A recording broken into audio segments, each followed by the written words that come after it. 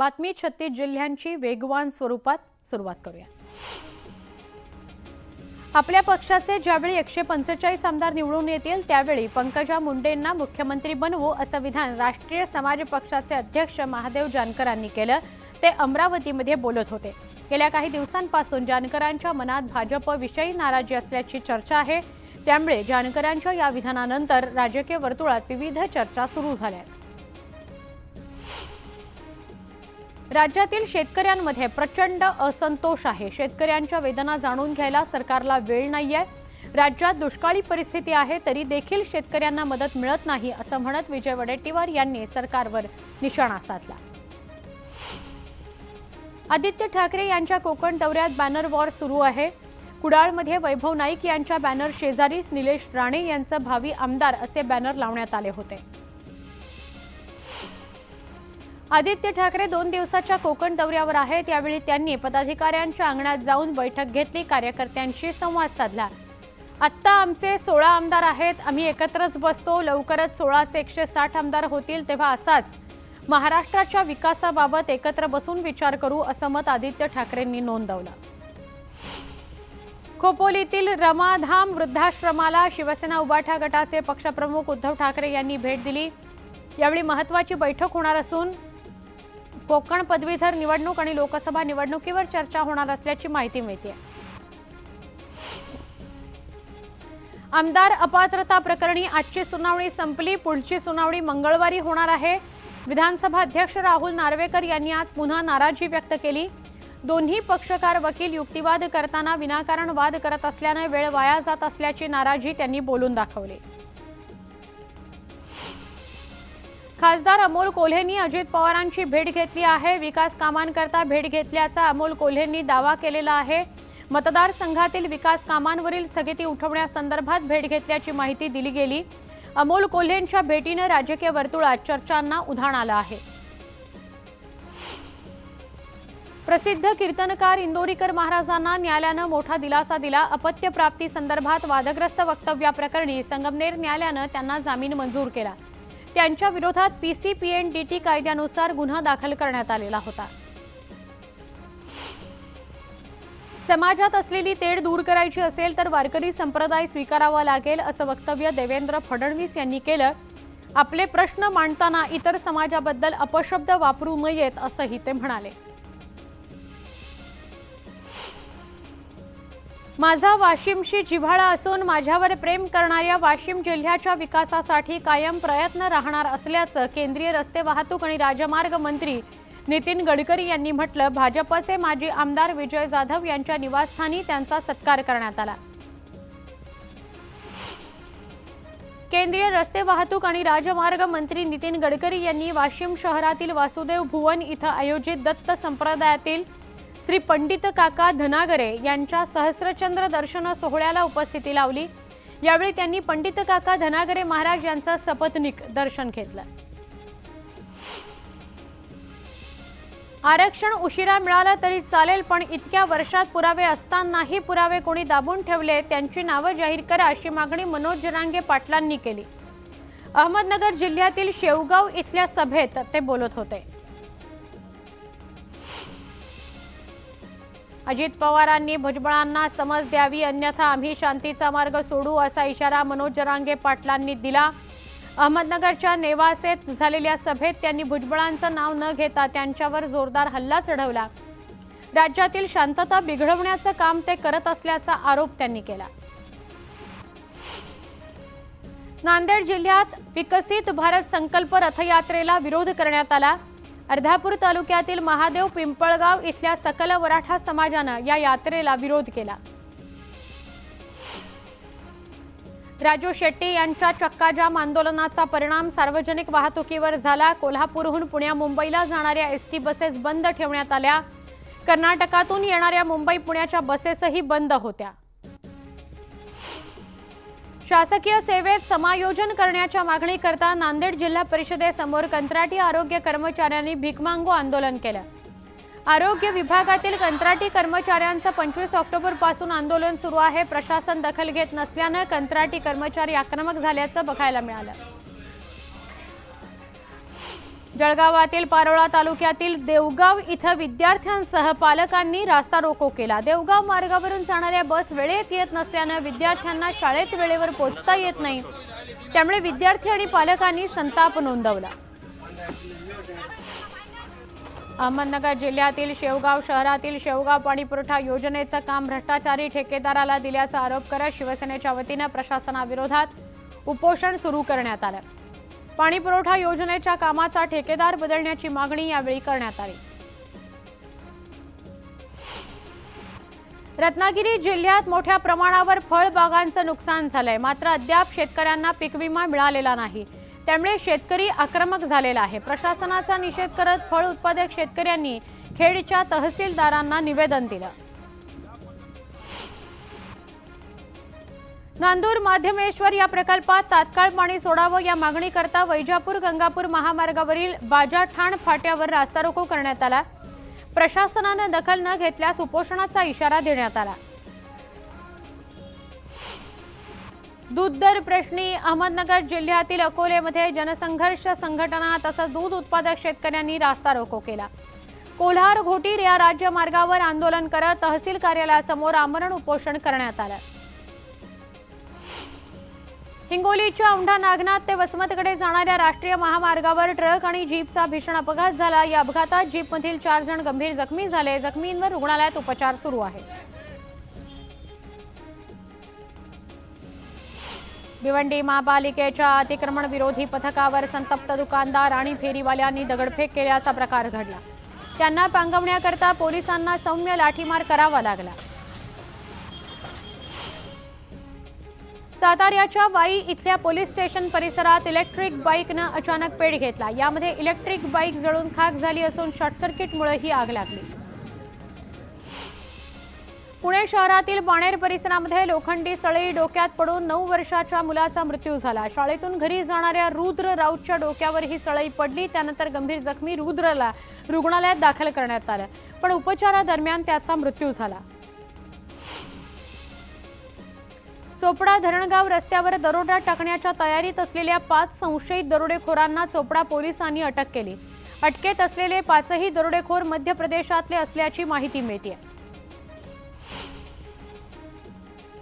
पिंपरी चिंचवड शहरातल्या Aswani associates and builders या फर्मसह त्यांच्याशी व्यावसायिक संबंध असलेल्या आणखी काही व्यावसायिकांच्या कार्यालयावर प्राप्तिकर विभागाने छापे टाकले।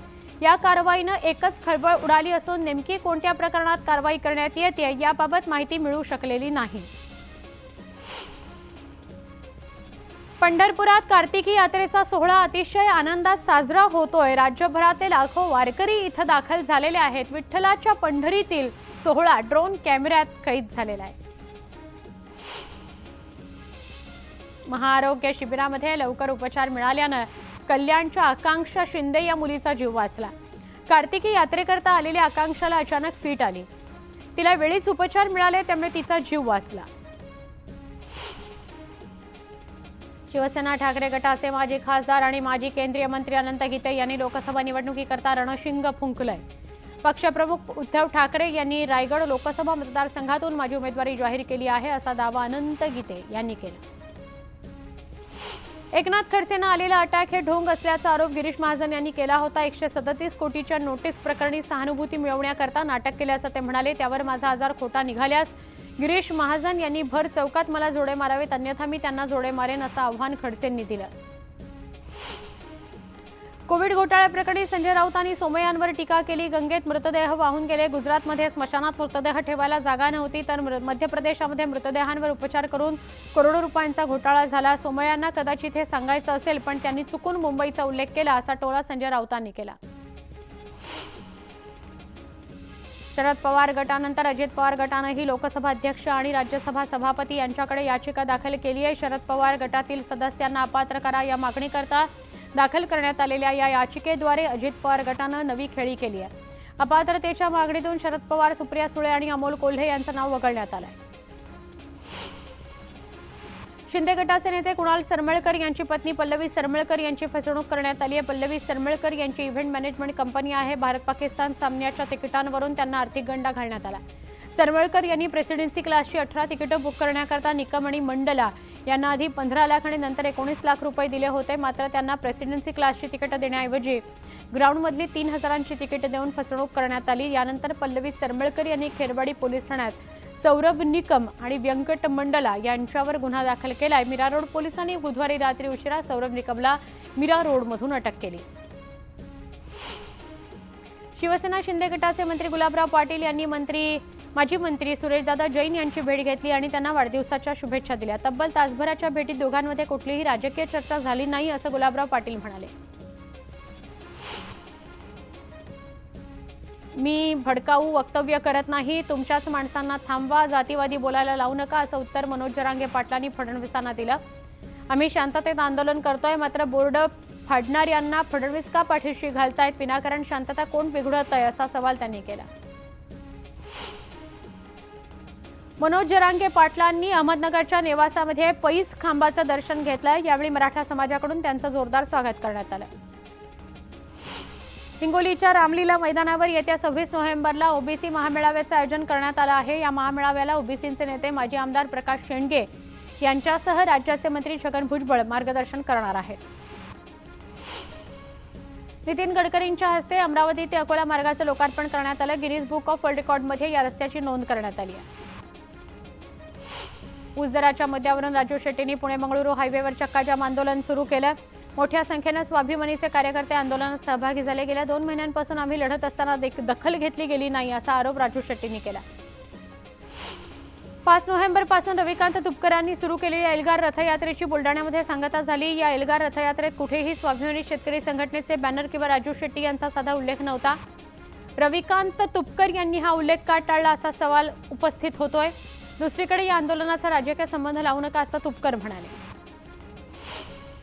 हिंगोलीच्या गोरेगाव माझोड इथल्या शेतकऱ्यांनी बँकेचं पीक कर्ज फेडण्याकरता चक्क आपले अवयव विक्रीला काढलेले आहेत. किडनी, डोळे, लिव्हर असे आमचे अवयव विकत घ्या आणि आमचं कर्ज फेडा अशी विनंती या शेतकऱ्यांनी शासनाला केली आहे.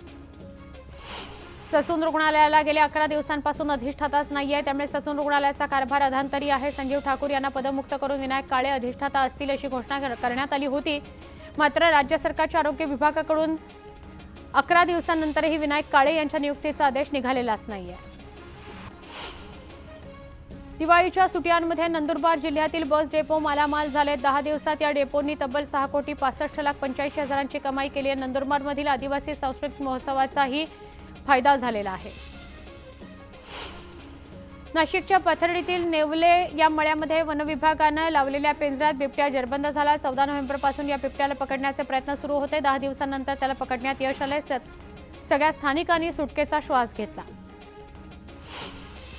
ताब्यात घेतलेल्या आरोपीला कोर्टामध्ये हजर करण्याकरता अर्धा तास उशीर झाल्यामुळे परभणीच्या मानवत कोर्टानं पोलीस कर्मचाऱ्यांना गवत कापण्याची शिक्षा दिली. तब्बल महिन्याभरानंतर हे प्रकरण उघडकीस आलं असून संबंधित पोलिसांनी ही शिक्षा पूर्ण केल्याचं समोर आलंय. भंडाऱ्यामध्ये मंडई कार्यक्रमात महिला शोषणाच्या घटनांमध्ये वाढ झाल्याचं दिसून येत आहे. तरुणींचा विनयभंग, नृत्यांगनांवर पैसे उधळणं असे प्रकार वाढलेले आहेत. जिल्ह्यातील महिला नेत्यांनी त्यामुळे संताप व्यक्त केला. जळगावात तब्बल 150 वर्षांची परंपरा असलेल्या श्रीराम रथोत्सवाचं आयोजन करण्यात आलं. मंत्री गुलाबराव पाटील यांच्या हस्ते महाआरती झाली. रथोत्सवाला सुरुवात झाली. शेतकऱ्यांवरील संकट दूर कर, त्यांना सुखी ठेव असं साकडा त्यांनी श्रीरामाला घातलं.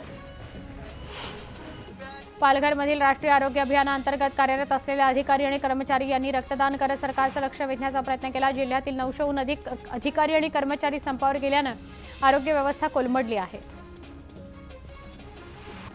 बुलढाण्याच्या सारशिव, डोंगरगाव, सावरखेड या गावात 15 दिवसांपासून वीज पुरवठा होत नाहीये. त्यामुळे संतापलेल्या शेतकऱ्यांनी जलसमाधी आंदोलन केलं.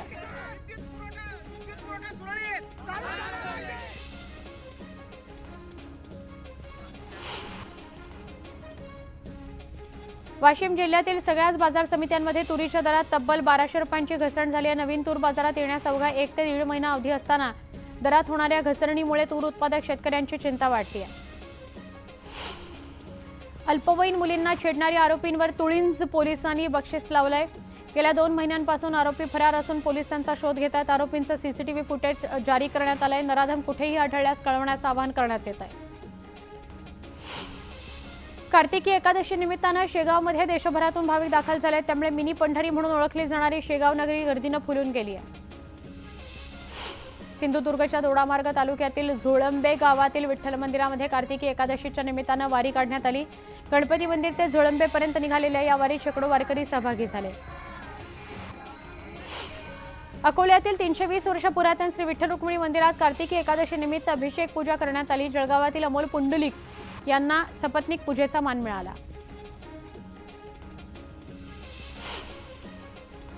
एक छोटासा ब्रेक पहा फक्त न्यूज 18 लोकमत। ही थेट दृश्य आपण बघतोय मुंबईमधली दृश्य आहेत। मुंबईमध्ये डिलाईल उड्डाणपुलाचं लोकार्पण होत आहे। दीपक केसरकर आणि मंगलप्रभात लोढा यांच्या हस्ते त्याचं उद्घाटन होत आहे। थेट प्रक्षेपण आपण बघतोय। सदा सरवणकर सुद्धा उपस्थित आहेत। भाजप शिवसेनेचे अनेक मान्यवर उपस्थित आहेत। मोठ्या प्रमाणात गर्दी बघायला मिळते आहे। डिलाईल रोड उड्डाणपुलाचं उद्घाटन होत आहे, लोकार्पण होत आहे किंबहुना। जगातलं एकही राष्ट्र असं नाही आहे की त्याच्या मागे महा असं विरोध लागलेला आहे। महत्त्व सांगणारं राज्यगीत आपण आता सादर करणार आहोत। सर्व मान्यवरांना विनंती करते आणि अजून एक महत्त्वाची बातमी येते आहे। बीएमसी रुग्णालयामध्ये झिरो प्रिस्क्रिप्शन पॉलिसी आणण्याचा प्रयत्न आहे। मुख्यमंत्र्यांनी मनपा आयुक्तांना तसे आदेशच दिलेले आहेत। बीएमसी आयुक्तांना अहवाल सादर करण्याचे आदेश देण्यात आलेले आहेत। जर समजा बीएमसी रुग्णालय झिरो प्रिस्क्रिप्शन पॉलिसी आणायची असेल तर काय करायचं, त्या संदर्भातला अहवाल सादर करा असे आदेश मुख्यमंत्री एकनाथ शिंदेंनी बीएमसी आयुक्तांना दिले आहेत। गरिबांना निःशुल्क सेवा यामुळे मिळणार आहे। पुन्हा वेगवान स्वरूपातल्या बातम्या।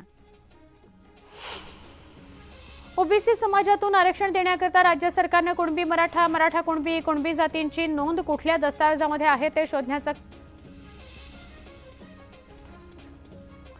बुलढाण्यामध्ये जातोय। कार्तिकी एकादशी निमित्त शेगावमध्ये देशभरातून भाविक दाखल झाले, त्यामुळे मिनी पंढरी म्हणून ओळखली जाणारी शेगाव नगरी गर्दीने फुलून गेली आहे। सिंधुदुर्गच्या दोडामार्ग तालुक्यातील झोळंबे गावातील विठ्ठल मंदिरामध्ये कार्तिकी एकादशीच्या निमित्तानं वारी काढण्यात आली। गणपती मंदिर ते झोळंबेपर्यंत निघालेल्या या वारीत शेकडो वारकरी सहभागी झाले।